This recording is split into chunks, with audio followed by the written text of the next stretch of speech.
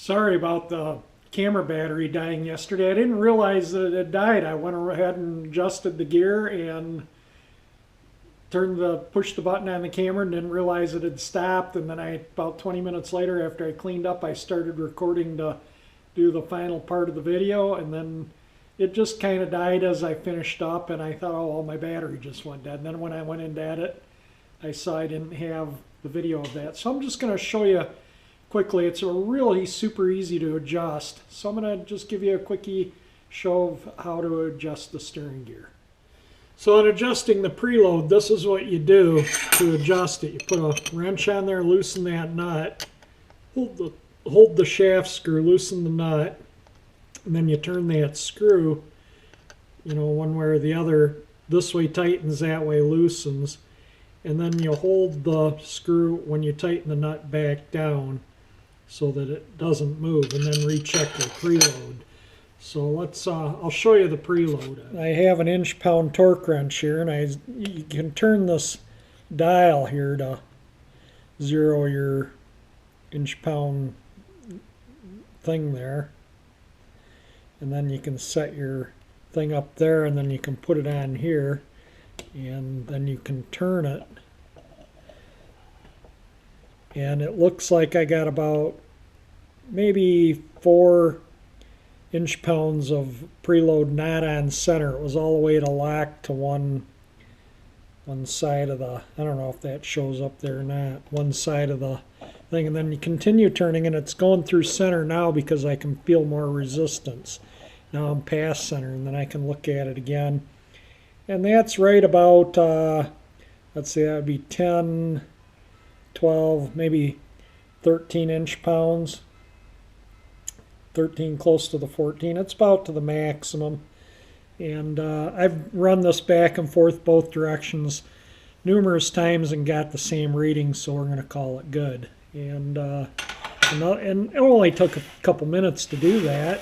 And this is a Ford gear. It's not a Saginaw. Ford did offer Saginaw gears and this gear, but the Saginaw gear had 4 bolts, and it had a different end on here. It was, quite a bit different. This is actually a Ford-made gear, so just for everybody that was wondering. And the tag here, I'll record the tag too. The tag says HCE03 and then a separate 358,620. Bunch of casting numbers. That's casting on the top, Fomoco, and it is the correct gear to the car, date coded to the car. And hopefully, if that sector shaft with those grooves from those washers, if that causes any issue, I'll put another set of seals in a little different position.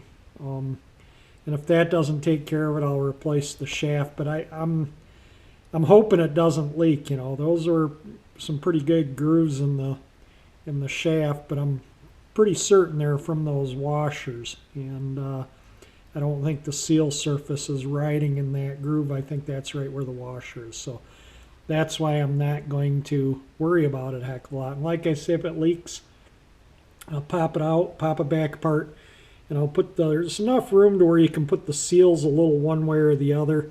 And if that doesn't do it, I'll replace the shaft, but I think it'll be fine. I'm going to clean that up in a pan of lacquer thinner when I get some time so I can paint it. And wait and get a few things together to paint before I'm not just going to mix paint just to paint this. I was going to do the steering pump, but I don't know, we'll see. I got a lot of other things to do. I was going to do the steering pump so I can paint it, but I got the paint came in for this, so I might get this ready to paint up this weekend. And in the meantime, I'm going to start putting the brackets and the control arm bushings and springs and start putting the suspension together a little bit. And but these are going in first, so I don't forget to put those in before the lower control arms, otherwise I'll be taking them out. And to put those in. So I'm going to put those in probably right now. And I'm just going to, like I say, just work on just odds and ends today. And I don't think I'm going to work on the pump or anything else. This is what I got to paint the inner fender wells. And I'll tell you, I'm just not as impressed as I thought I would be just from taking it out of the package. So, you know, a quart is 32 ounces, and that's what I could have got at the paint shop. You know, it was more money, but still, this is 24 ounces. Everything they make makes a quart of sprayable paint. Yeah, they kind of deceiving. They tell you, oh yeah, it's a quart of paint, and then you get it and it's 24 ounces. I was just going to work on throwing the alternator the rest of the way together, and I'm going to polish up the nuts. So I got my buffer out, and I'm just going to make it so it doesn't, you know, it's been bead blasted, so it's kind of dull looking. So I'm going to give it a little shine.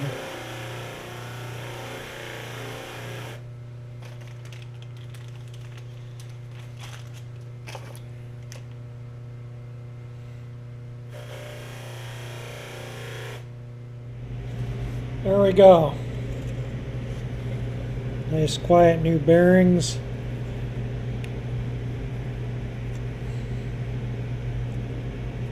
Well, this was supposed to be a gold color, but that was originally like a bare metal, which was kind of a goldish silver, and these screws were bare, but they were rusty, so that's why they're low gloss black now. That is gloss black, acrylic enamel.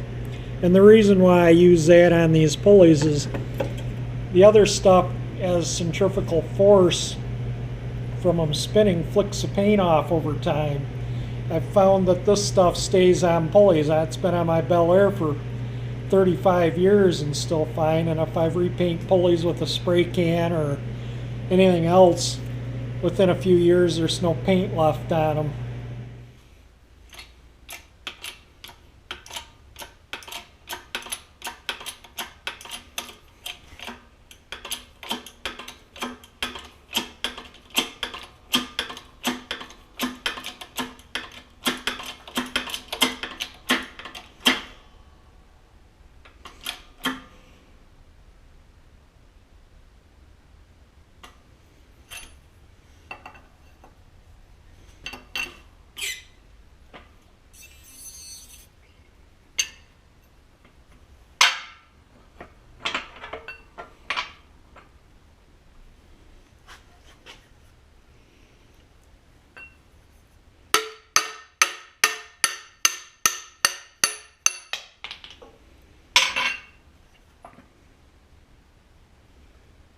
One control arm bushing in.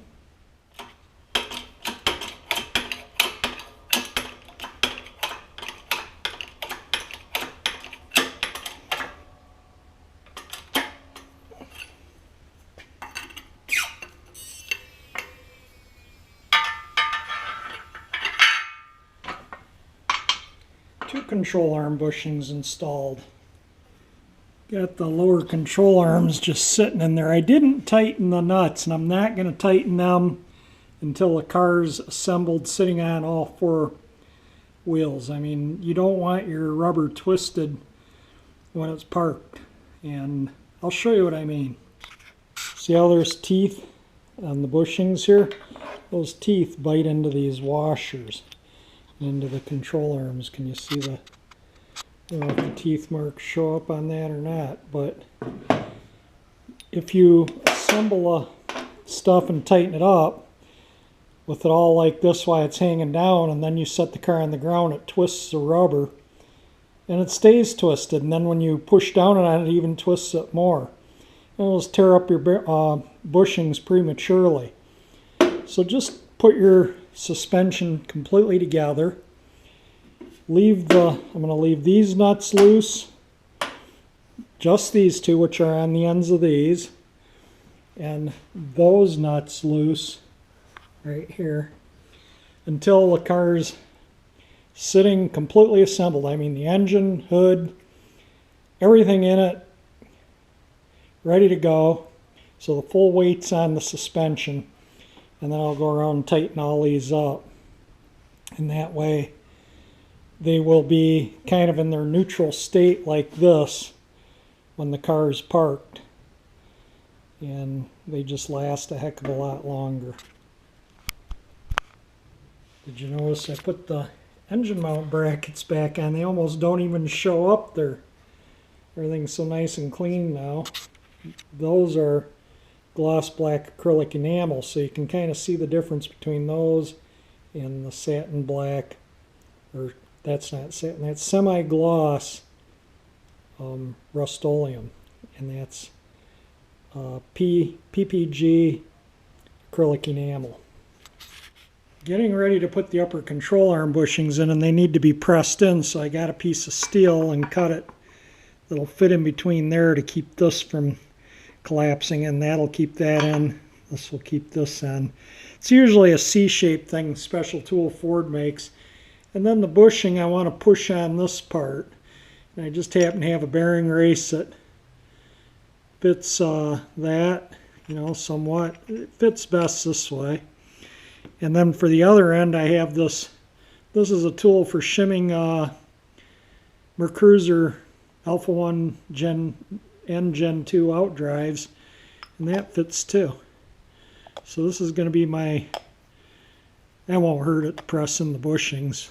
And so I'm going to try and get those bushings in. I'll talk about a cobbled mess. I just taped this in because I don't have enough hands to hold everything. And let's see what happens here.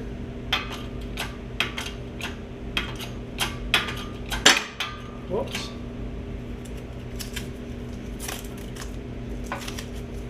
Well, this one's going in. Let me see if it'll go in without bending the arm.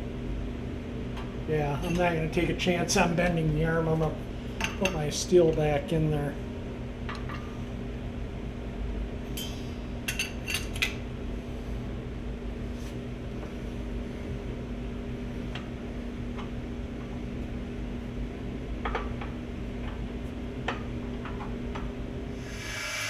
I ground this so it fit a little further in, and we'll see if that helps or not. I keep catching myself on the transmission. I need to move it.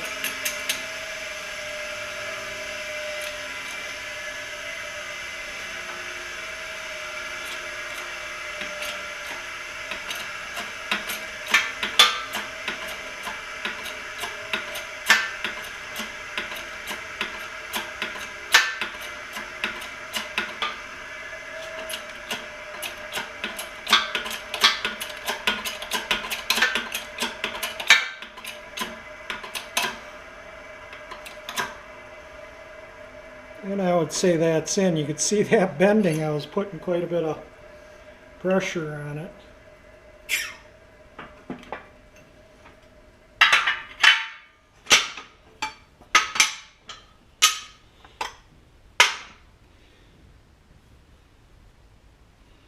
They're in. I just put the nuts on loose. I'm going to leave them just like that so I don't forget it. I left them loose. And I staked this and I staked this, so I knew exactly the orientation of everything. So this is pretty much all ready to install on the car. You can see how I scratched up the paint there, and there you can see the primer behind. And that's why I use Rust-Oleum. I can touch that up.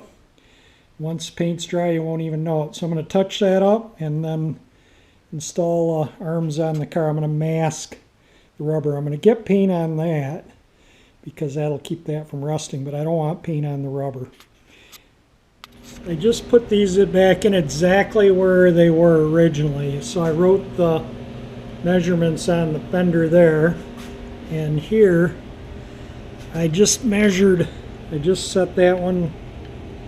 This is how I did it originally, and that's right on that. Well, not quite, but close enough. And then this one's, that one's right on the money.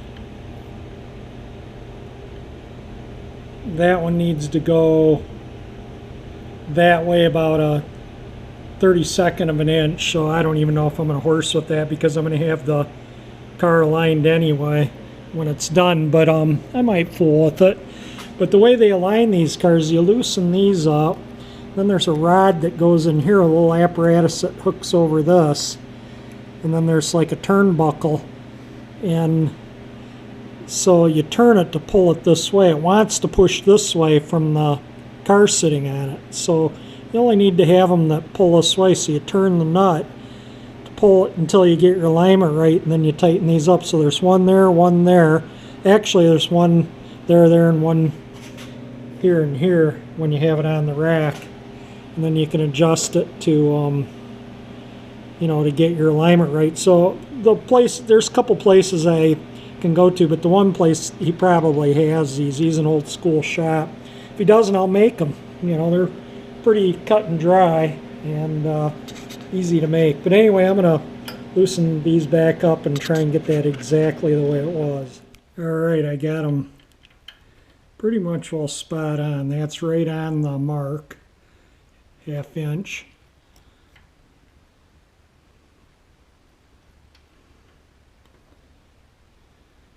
And that's right on the mark too. So they're both exactly spot on. So now I can put the spindle in and hook it to the upper control arm. Then I'll put the spring in and hook it to the lower control arm. I gotta put the strut rods in, and I gotta paint them in the sway control. I gotta paint. So I'm just gonna maybe get the spindle and the springs, and we'll see what I can get done yet today. It's starting to get a little late, and I've only had a few hours today to work on the car. I just got the spindle in place. I'm not going to tighten it up. So Dad, if you're watching this video, if that 67 Galaxie has disc brakes, let me know as soon as possible, because this will have to be changed, and I want to put the springs in. Maybe I'll wait until tomorrow. I'll give you a call. And nothing like talking to my dad over the YouTube. But yeah, he's found a 67 Galaxie that guy's parting out, and he's going to see if it has disc brakes.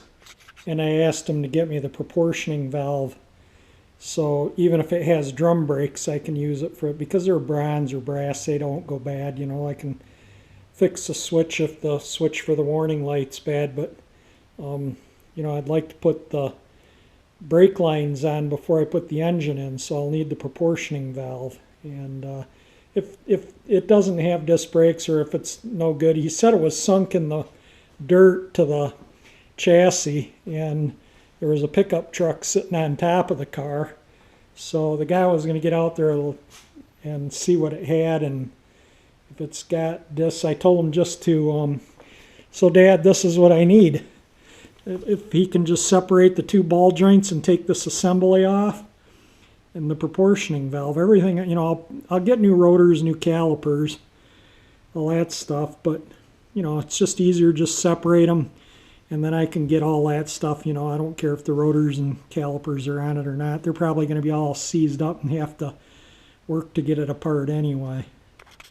Alright, I got the other control arm in, and I just got done adjusting it. That one was originally 5/8, and that's spot on, and this one was originally 51/64, and that's spot on.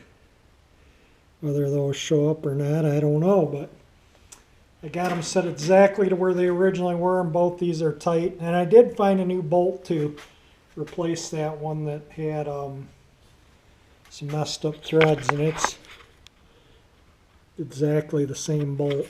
So alright, I'm just going to loosely put the spindle on that one. I haven't put the spindles on hard yet, because if my dad can get me that disc brake set up, I'll be switching them. But I'm going to need to know that in the next couple of 2 or 3 days, because I'm going to start ordering brake parts, and so I can get all the hydraulic lines and stuff, you know, they route along there. Want to get the wheel cylinders, all the brake stuff, and start getting want to put the brake lines on before I put the engine back in too. The control arm bushings are all 4 control arm bushings are in, and I just kind of set the spindle in place. The nuts are just finger tight, and it looks good. I'll get the springs in after I find out from my dad if he can get those. Well, I can put the springs in anyway. You know, I can I can just leave the things loose, so if I need to pop the spindles off I can. But it's getting late and I'm going to call it a day, and maybe tomorrow I'll put the springs in. We'll see what I feel like doing tomorrow. I just kind of, everything needs to be done. I just work on what I feel like each day. I got to get the fenders off in the next day or two. I want to paint these before the end of the weekend maybe, and I got some paint stripper. And yes, I did use, for those of you that worry, I did use this on these, the threads for those. And I do use this quite a bit. But anyway, I'm going to, as I say, I'm calling it a day. So if you like my video, hit the like button. If you want to see this cool Galaxie resurrected, subscribe to my channel. And thank you for watching.